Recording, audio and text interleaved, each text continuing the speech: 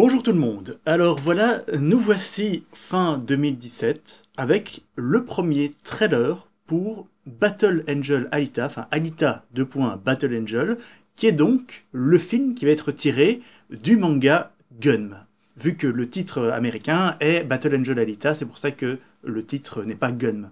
Au cas où vous ne le sauriez pas, Gunm est mon manga préféré, toute catégorie confondue, j'adore cette histoire, et entre autres il y a un des meilleurs savants fous de toute la fiction, toute l'histoire de la fiction qui est donc le Dustin Nova. Et j'adore Gunm, et l'annonce, ça fait quoi? Ça fait 6-7 ans qu'on annonce que James Cameron veut faire Battle Angel Alita, et cette annonce m'a toujours fait un petit peu peur. Maintenant, on arrive dans le cœur du sujet, vu qu'il va sortir l'année prochaine. Nous avons un premier trailer. Qu'est-ce que j'en pense? Je voulais donner mon avis à chaud. Je précise quand même que c'est, bien entendu, c'est juste ça. C'est un avis à chaud.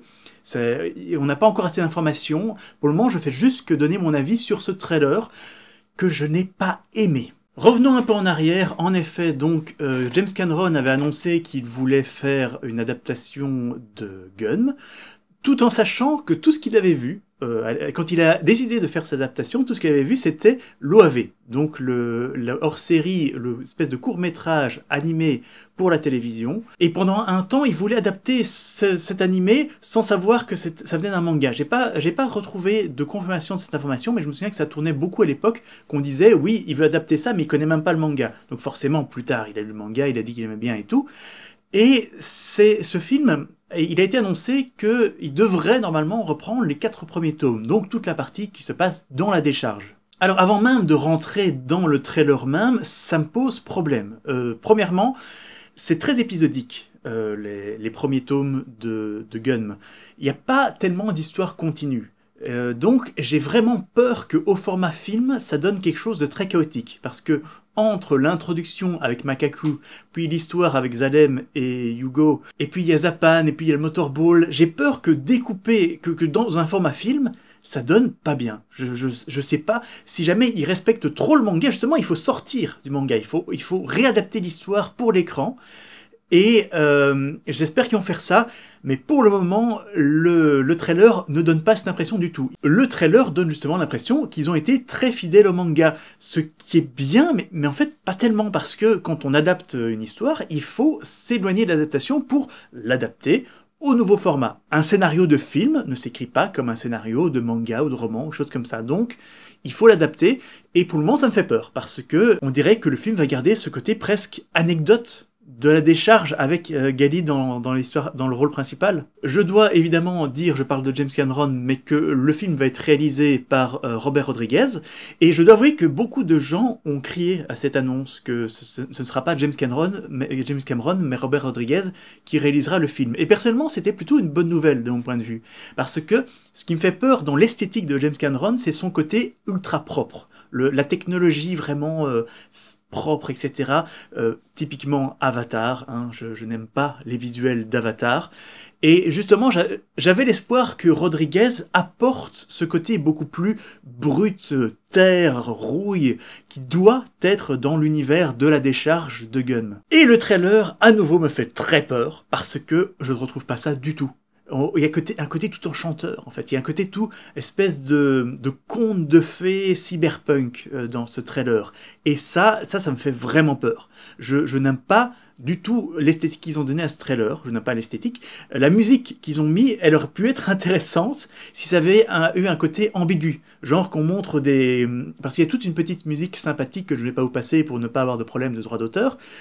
Mais ça aurait été sympathique de voir vraiment des scènes de violence, sur cette musique gentille, parce que ça aurait été un décalage un petit peu à la Évangélion, j'aurais envie de dire. Donc tout ça commence plutôt mal, alors je vais juste faire une petite pub vite fait comme ça, pour être sûr, pour ceux qui n'auraient jamais lu Gunm, déjà lisez Gunm, c'est absolument génial, c'est un excellent condensé du cyberpunk. Il y a beaucoup d'histoires qui se retrouvent énormément dans des romans qui existent depuis très longtemps. Genre, quelle est la barrière entre l'humain? À partir du moment où la cybernétique entre en jeu, quelle est la barrière entre la machine et l'humain? Gunm n'a pas inventé ça, mais il rend ça très très bien. J'espère d'ailleurs que ça se retrouvera dans le film, espérons. Quoi qu'il en soit, si jamais vous n'avez jamais lu que Gun, eh bien je vous conseille aussi d'aller chercher d'autres choses à côté. Je vais pas commencer à rentrer dans les suites qui ont été faites, parce que j'aurais beaucoup à en dire et c'est pas le sujet du jour, mais il y a des histoires parallèles, des espèces de petits spin-off anecdotes, qui se retrouvent entre autres à la fin des gros volumes, mais ils ont sorti aussi un manga qui reprend toutes ces petites histoires, qui sont très très chouettes, qui sont mieux dessinées que le début d'ailleurs, ça saute aux yeux, et qui sont très intéressantes, qui rentrent vraiment dans la psychologie de Ido, de Gali et d'autres personnages. Et aussi, si vous ne l'avez jamais lu, je vous conseille Ashman, qui est un spin-off qui se passe dans l'univers du Motorball, donc dans la décharge.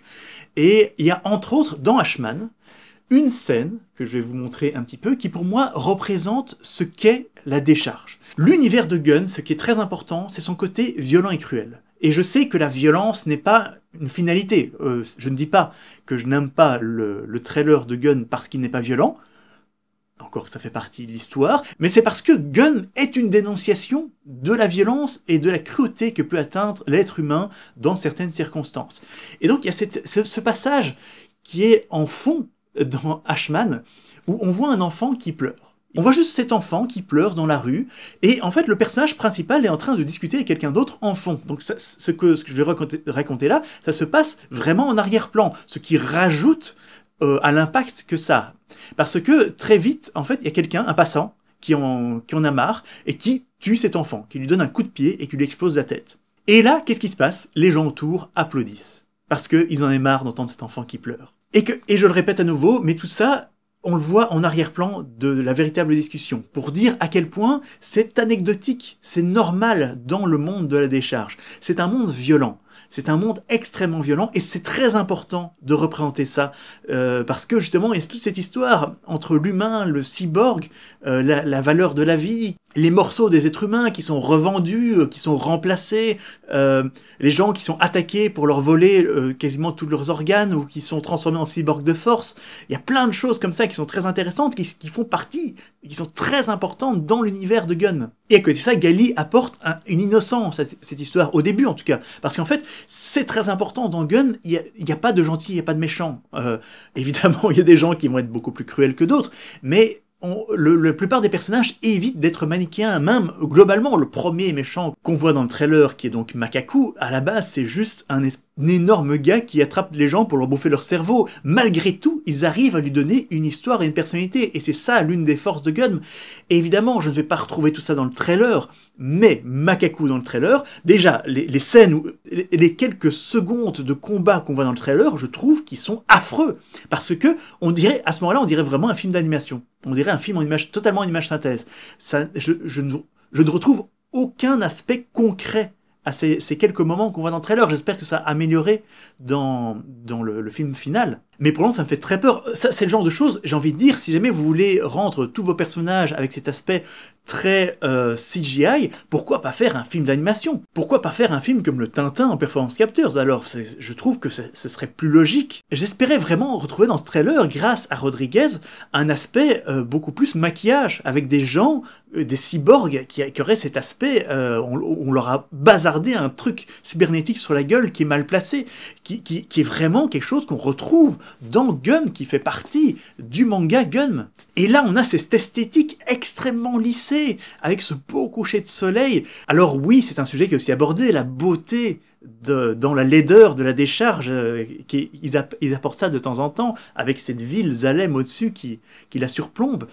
Mais pour le moment, on n'a que ça. Et c'est important de garder cette ambiguïté, la beauté et la laideur. En gros, pour tous ces aspects, pour le moment, je ne suis pas convaincu. Et sans vous oublier que nous avons... Alors, je vais un peu me contredire, donc ça c'est une ambiguïté de ce trailer, c'est le personnage de Gali avec ses gros yeux. Oui, alors là, oui, on retrouve un petit peu la beauté dans la laideur. Nous avons l'Uncanny Valley. Donc l'Uncanny Valley, si vous ne savez pas ce que c'est, je vais mettre un lien dans la description parce que j'ai pas le temps de l'expliquer. Mais nous avons l'Uncanny Valley du personnage de Gali qui a vraiment en fait une gueule de manga. Et clairement, c'est intentionnel. Clairement, c'est lui donner un côté inhumain avec ses gros yeux, et tout en la rendant belle mais laide à la fois. Donc ça revient un petit peu sur ce que je disais avant, mais j'aime pas tellement, parce que je trouve qu'on dirait vraiment une gimmick. Je trouve qu'on dirait, évidemment vous allez pouvoir me contredire vous pouvez me dire ce que vous en avez pensé, vous, dans les commentaires, mais je trouve qu'on dirait vraiment une gimmick. On dirait, oui, ben on lui a donné cette gueule-là parce qu'on peut aujourd'hui, avec la technologie. Alors qu'en fait, dans le manga, elle a même pas des si gros yeux que ça, mais bon, admettons, on se moque au général plutôt de sa bouche de poulpe. Mais c'est pas grave, on n'a pas à garder des trucs spécifiques du manga comme ça, mais j'aime pas la tête que ça lui fait. Je trouve que ça donne au personnage un côté qui n'est pas attachant, en fait. Et puis on a eu Hugo, ou Hugo apparemment, comme il s'appelle enfin, forcément Hugo, on s'en fout de son nom réel. Et il a cette espèce de belle gueule de petit jeune comme ça, admettons, mais il met tellement ça en avant dans le trailer, ça me fait peur, parce que à nouveau c'est une anecdote, c'est l'histoire de Hugo, c'est une des histoires qui refroidit le cœur de Gali, si je puis dire, c'est l'un des moments où elle ouvre un petit peu son cœur, eh ben elle se rend compte à quel point le monde peut être cruel. Et j'espère que ce sera bien amené, et j'espère que ce sera pas trop mélodramatique. Mais pour le moment, le trailer me fait peur. On a Zapan aussi dans le trailer, qu'on voit. Zapan, au final, c'est un personnage relativement gros méchant, encore qu'évidemment, il a toujours ses ambiguïtés, il y a toute une histoire où, la première fois qu'il se fait dévisager, il se remet avec une femme et on voit qu'il essaye de faire le bien. Donc c'est un personnage ambigu, à nouveau, j'espère qu'ils vont vraiment garder ça, c'est très important. Et j'ai peur qu'ils ne le fassent pas. Je peux pas me fier qu'au trailer pour ça. Ils ont voulu donner une ambiance bien spécifique à ce trailer et j'aime pas l'ambiance qu'ils ont voulu donner. L'une des choses qui aurait tendance à me rassurer un petit peu, c'est que j'aime beaucoup l'idée de Christophe Waltz en Ido. Pourquoi pas? On va bien voir ce que ça donne. Par contre, il y a Jennifer Connelly qui joue un personnage qui n'est pas dans le manga, qui est que dans l'animé. Alors si jamais c'est un personnage qui permet de faire quelques raccourcis pour enlever ce côté un petit peu moins épisodique du manga, pourquoi pas? Mais pourquoi avoir été rechercher un personnage de l'animé alors qu'il y a plein de personnages à développer dans le manga? Ça me fait à nouveau un petit peu peur, même si j'adore Jennifer Connelly, j'espère que ça va... Voilà, je garde de l'espoir, mais pour le moment, j'ai peur, j'ai vraiment peur. D'autant plus que je parlais de violence, il a été annoncé, je sais pas encore certain, mais que ce serait PG-13 aux États-Unis, donc interdit aux moins de 13 ans, donc c'est-à-dire accessible à un large public, donc pas trop violent. Et James Cameron a dit que le sang ne serait pas rouge mais bleu.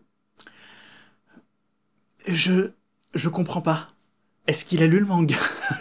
Et même l'animé est super violent. Il y a tout un passage avec des tripes sur l'écran.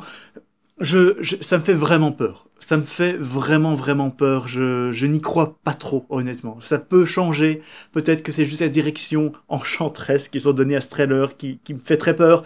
Ça peut encore changer dans l'animé final, mais j'aime pas l'esthétique. J'aime pas l'esthétique. C'est quoi ce côté tout beau, tout lisse? Non, donc ça j'y crois pas.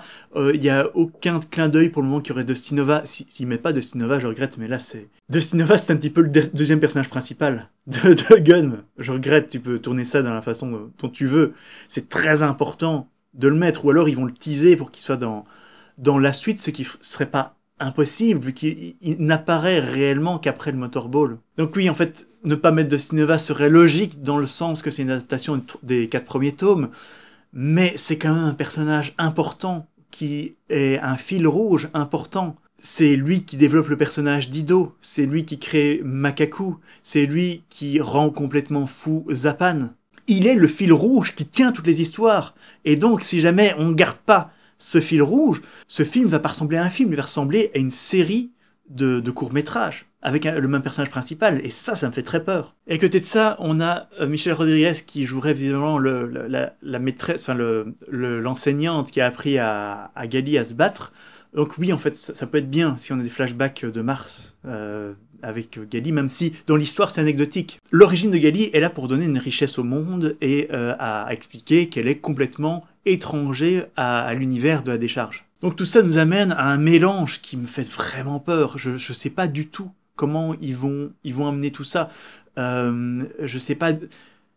Là, j'ai envie de rentrer sur des points plus spécifiques du scénario, mais j'ai pas envie de spoiler des gens qui ne voudraient rien savoir avant d'aller voir le film. Et en même temps, c'est quelque chose qui est toujours un peu étrange à dire, mais ce qui me fait peur, c'est la fidélité qu'ils ont l'air de vouloir rester dans les 4 premiers tomes, qui déjà sont pas forcément les plus intéressants, encore que si, enfin, c'est compliqué. Enfin, les 9 tomes sont génialissimes, donc quelle que soit la façon dont on les retourne, mon préféré c'est le 5e, oui, de cinéma. Mais je n'arrive pas à imaginer comment dans un film ils vont mettre tout le début Hunter Warrior et le Motorball sans donner vraiment l'impression de couper le film en deux, vu que c'est tout un cast complètement nouveau, à part Ido qui revient un petit peu. Et dans un film, il faut pas ça. Dans un film, il faut des personnages beaucoup plus stricts qui vont évoluer au long du film. Et j'arrive pas à voir ça. J'arrive pas à imaginer ça. Je sais pas comment ils vont mettre l'histoire de Zapan. Voilà, on peut pas tout dire parce qu'on a juste vu un trailer.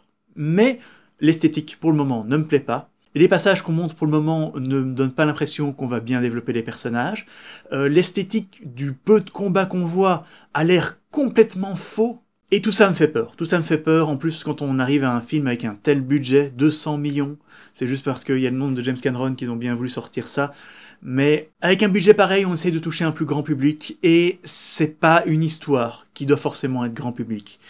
J'ai vraiment peur que l'univers ne s'y retrouve pas. J'ai peur que l'univers ne s'y retrouve pas, et que le tout soit confus. Donc n'hésitez pas à me dire ce que vous avez pensé, vous, du trailer dans les commentaires, mais...